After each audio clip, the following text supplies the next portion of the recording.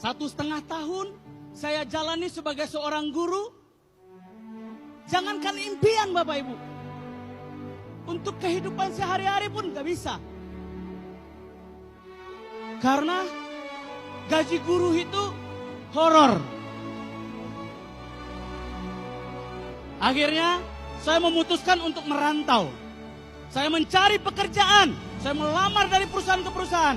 Akhirnya saya diterima di sebuah perusahaan perbankan nasional. 1,5 tahun saya dipercayakan untuk menjadi supervisor. 3 tahun saya diangkat menjadi branch manager. Saya yakin dengan menjadi branch manager ini, impian saya bisa kewujud. Saya bisa punya rumah dan bahkan saya bisa punya mobil yang mewah. Tapi kenyataan Bapak Ibu, 5 tahun saya jalani sebagai manajer, jangankan impian. Gaji saya pun habis untuk kebutuhan sehari-hari dan biaya operasional. Karena tempat saya bekerja jauh dari keluarga. Akhirnya saya nekat untuk keluar dari perbankan. Saya resign di puncak tertinggi karir di perbankan. Semulai di usaha penjualan kulit manis dan bahkan kami sempat ekspor ke Malaysia. Berujung ditipu orang. Saya tidak menyerah untuk impian saya. Semulai usaha laundry. Saya buka usaha laundry karena saya yakin orang pasti ingin mencuci kainnya, bajunya, dan pakaiannya. 3 tahun berujung dengan kebangkrutan. Saya tidak menyerah dengan impian.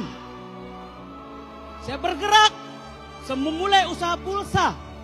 Karena waktu itu banyak orang pengguna pulsa. Bahkan sampai saya menjadi distributor.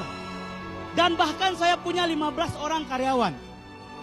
Dengan jalan pulsa ini, saya yakin saya bisa beli mobil, bisa beli rumah. Ternyata Bapak Ibu, untungnya juga kecil. Dan bahkan usaha pulsa saya bangkrut. Semua usaha, semua bisnis, semua apapun saya kerjakan. Tapi apa Bapak Ibu? Jangankan impian, tapi semua meninggalkan hutang. Satu ketika saya pulang ke rumah, saya melihat istri saya mengangkat telepon. Di telepon seorang debt collector. "Butia, ini gimana suaminya? Di telepon gak angkat, SMS gak balas. Hutangnya mau dibayar apa enggak? Kalau enggak nanti kita penjarakan, kita adukan ke polisi." Bapak Ibu, istri saya cuma diam. Istri saya ketakutan. Istri saya gemetaran. Dan gak tahu lagi ngomong apa-apa.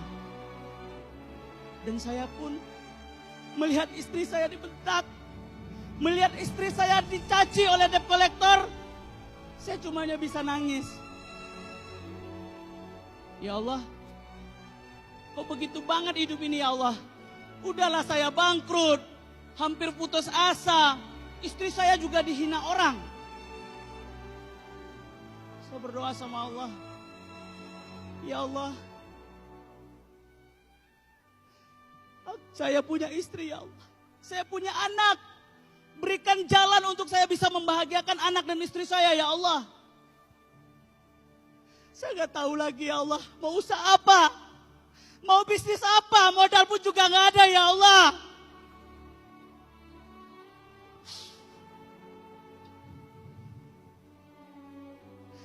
Akhirnya Allah menjawab doa-doa kami. Beliau kirimkan jawaban doa ini melalui seorang ibu rumah tangga. Beliau adalah sponsor saya, Ibu Desmiarti.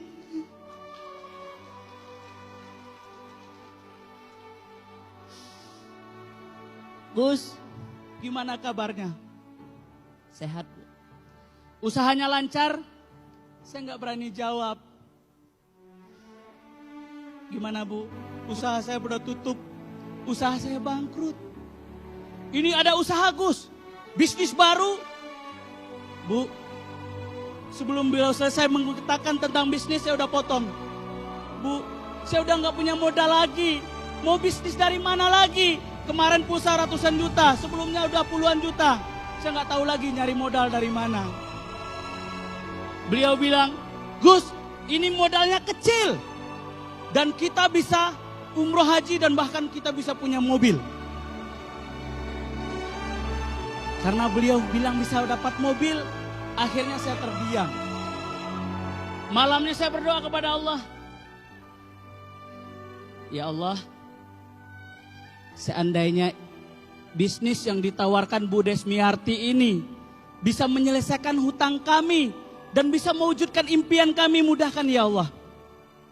Kalau enggak, mohon malam ini juga dilupakan ya Allah. Akhirnya Bapak Ibu, malamnya saya nggak bisa tidur. Malamnya saya nggak bisa tidur karena saya terbayang-bayang kita bisa dapat mobil. Kita bisa dapat mobil, Gus. Itu aja yang disampaikan Bu Desmiarti kepada saya. Besoknya saya janjian, Bu, kita ketemu. Bagaimana bisnis ini kita bisa dapat mobil?